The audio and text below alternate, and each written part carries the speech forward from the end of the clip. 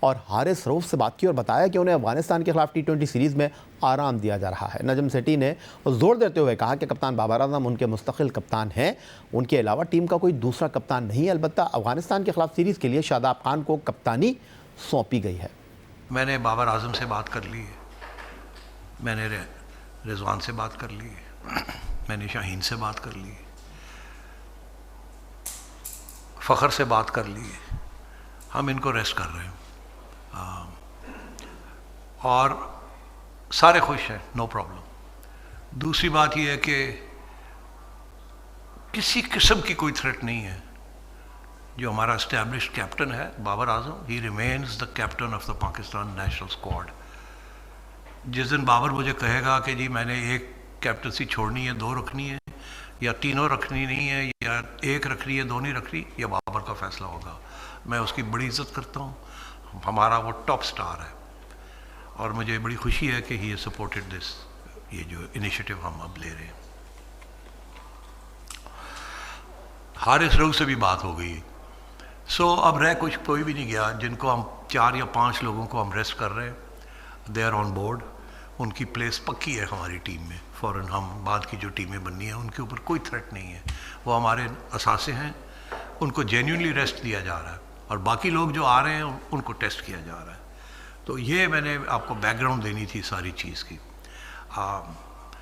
یہ بھی میں نے فیصلہ کیا ہے، یہ کیونکہ یہ میرا فیصلہ ہے، یہ سلیکشن کمیٹی کا فیصلہ نہیں ہے۔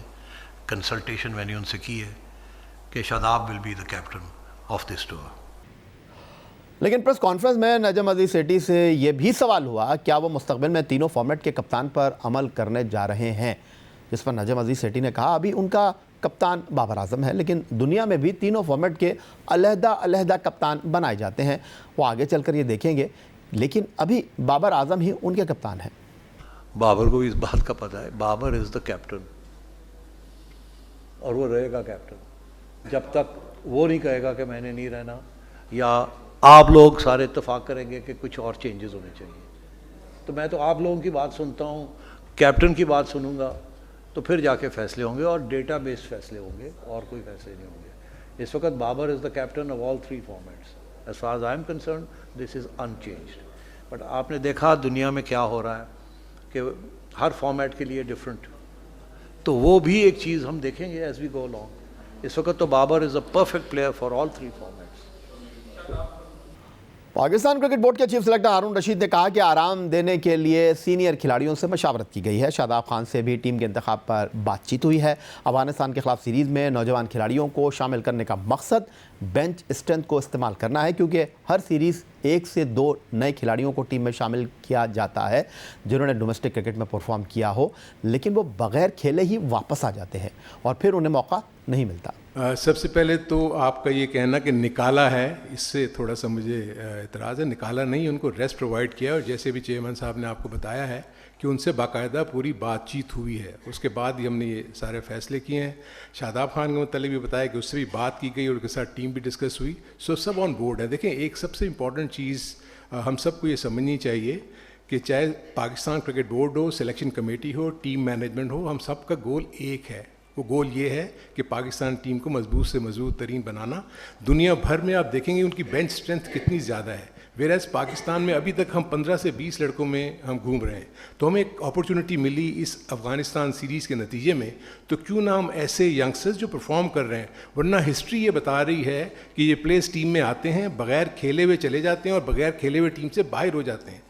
ڈومیسٹک کرکٹ میں پرفارم کرنا سم تھنگ ایلس، لیکن اب یہ انٹرنیشنل سیریز ہے، جیسے کہ ابھی بتایا کہ ہو سکتا ہے شارجہ کی پچ کیونکہ ہوم سیریز ہے وہ ڈفرینٹ انداز میں بنایا، وہاں یہ ٹیسٹ ہوں گے، اس قسم کے ہائی اسکورنگ میچز میں بھی وہاں نہ ہوں، تو وہیں لوگوں کے نروس کا، ینگ پلیئرس کے نروس کا اور ان ساری چیزوں کا پتہ لگتا ہے کہ وہ پریشر میں اپنے آپ کو کس طریقے سے ڈیل کرتے ہیں۔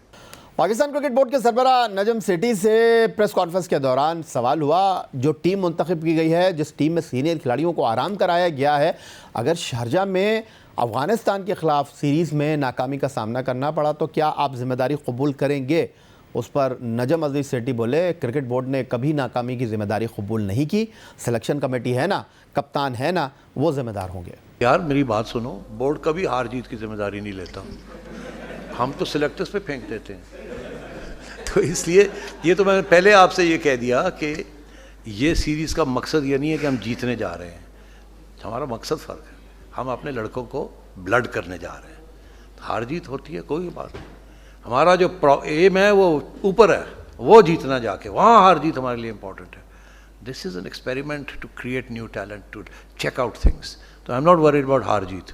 What I am worried about is ہمیں 2-3 پکے ینگسٹرز مل جائیں اس میں سے، جو لگا ہے کہ پہلے بھی کنسسٹنسی تھی اور اب بھی انہوں نے انڈر پریشر پرفارم کیا. That's what I M looking for.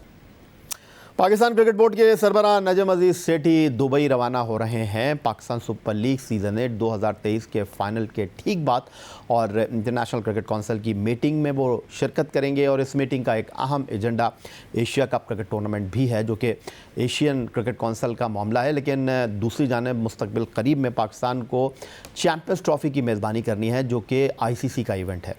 Pakistan cricket board کے سربراہ نے ایشیا کپ کے مستقبل، چیمپئنز ٹرافی کے حوالے سے اور پاک بھارت کرکٹ پر پریس کانفرنس میں کیے گئے سوال پر کیا کہا؟ یہ بہت اہم سوال ہے اور کافی مشکل سوال ہے، اس کا کوئی آسان جواب نہیں ہے. آپ کو پتہ ہے جو کہ انڈیا کا موقف ہے، آپ کو پتہ ہے انڈیا کا ویٹ کتنا ہے ICC میں، اس سے مجھے اب دہرانے کی ضرورت نہیں ہے، آپ حقیقت کو پہچانتے ہیں. آپ اس وقت صورتحال وہی ہے جو پہلے تھی جب کہ میں ابھی مل کے آیا تھا. انڈیا کا موقف یہی ہے کہ وہ پاکستان میں نہیں کھیلیں گے اور یہ شفٹ کرنا چاہیے ایشیا کپ یہاں سے.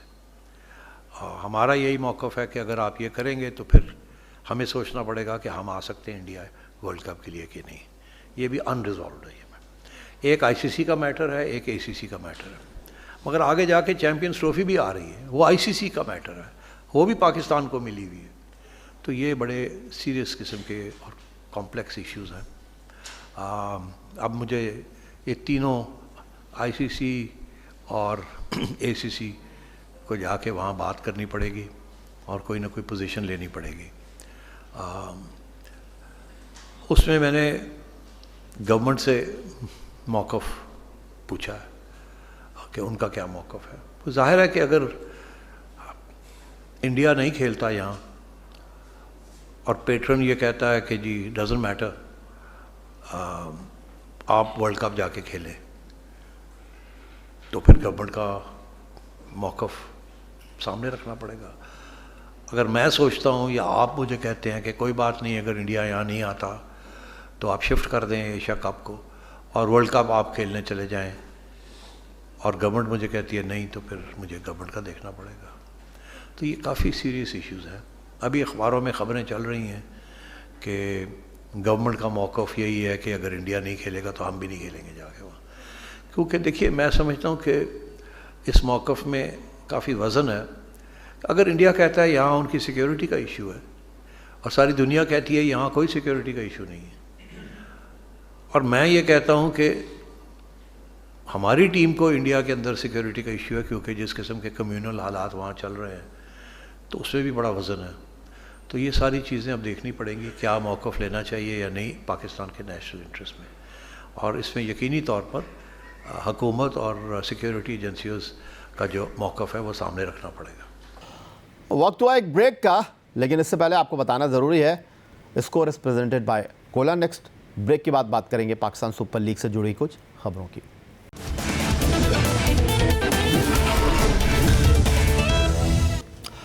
Pakistan super league season 8 2023 group مقابلوں کا اختتام ہو گیا، جس کے بعد پوائنٹس ٹیبل پر دفاعی چیمپئن لاہور قلندر نے ٹاپ کر کے کوالیفائر میں جگہ بنانے والی پہلی ٹیم ہونے کا اعزاز حاصل کر لیا. اتوار کو گروپ کے آخری مقابلے میں وہ اپنے روایتی حریف کراچی کنگ کے ہاتھوں شکست سے دوچار ہوئے. پوائنٹس ٹیبل پر ایک نظر ڈال لیتے ہیں، جہاں لاہور قلندر 10 مقابلوں میں سب سے زیادہ 7 میچوں میں کامیابی سمیٹ کر پہلے نمبر پر دکھائی دے رہی ہے. 3 مقابلوں میں لاہور قلندر کو ناکامی کا سامنا کرنا پڑا اور انہوں نے ٹیبل پر 14 پوائنٹس کے ساتھ اختتام کیا.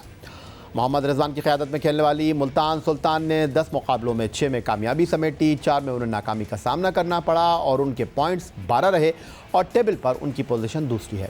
اسلام آباد یونائٹڈ نے 10 میچوں میں 6 فتح اور 4 ناکامیوں کے بعد 12 پوائنٹس حاصل کیے، لیکن ملتان سلطان سے رن ریٹ بہتر نہ ہونے کی وجہ سے وہ تیسری پوزیشن پر رہے۔ بابر اعظم کی قیادت میں کھیلنے والی پشاور زلمی نے 10 مقابلوں میں 5 میں فتح سمیٹی، 5 میں ناکامی ان کا مقدر بنی اور ان کے پوائنٹس 10 رہے اور ٹیبل پر انہوں نے 4تھے نمبر پر اختتام کیا۔ Karachi king Quetta gladiator play of کے لیے کوالیفائی نہ کر سکی۔ دونوں ٹیموں میں کے جو میچز رہے جہاں 10-10 مقابلوں میں وہ 3 میں کامیاب رہے اور 7 مقابلوں میں دونوں ہی ٹیموں کو ناکامی کا سامنا کرنا پڑا۔ کراچی کنگ نے 5ویں اور کوئٹہ گلیڈیٹر نے 6 نمبر پر PSL 8 کا اختتام کیا۔ HBL PSL 8 2023 کے گروپ مقابلوں کے اختتام کے ساتھ ہی پلے آف میں کوالیفائر اور پہلے ایلیمنیٹر کھیلنے والی ٹیموں کا فیصلہ ہو گیا ہے۔ لاہور قلندر اور ملتان سلطان نے گروپ میں ٹاپ کیا اور وہ بدھ کو قذافی اسٹیڈیم لاہور میں ہونے والے پہلے کوالیفائر میں ایک دوسرے کے مد مقابل ہوں گے اور فاتح ٹیم براہ راست فائنل کے لیے کوالیفائی کر لے گی۔ کوالیفائر میں شکست کھانے والی ٹیم سیکنڈ ایلیمنیٹر کھیلے گی۔ پہلے ایلیمنیٹر میں اسلام آباد یونائٹڈ اور پشاور زلمی کی ٹیمیں جمعرات کو ایک دوسرے کے مد مقابل ہوں گی اور فاتح ٹیم کوالیفائر میں شکست کھانے والی ٹیم سے مقابلہ کرے گی اور سیکنڈ ایلیمنیٹر کی فاتح ٹیم فائنل کے لیے کوالیفائی کر لے گی۔ یہی تھا آج کا ہمارا پروگرام۔ ٹویٹر پر آپ ہمیں فالو کر سکتے ہیں، آپ ہمیں ای میل کر سکتے ہیں، اپنی رائے سے آگاہ کر سکتے ہیں score@geo.tv پر۔ اس دعا اس امید اس توقع کے ساتھ کہ پاکستان میں کھیل اور کھلاڑی ترقی کرتے رہیں، سید یحییٰ حسینی کو اسکور کی پوری ٹیم کے ساتھ اگلے پروگرام تک کے لیے اجازت دیجیے۔ اللہ حافظ۔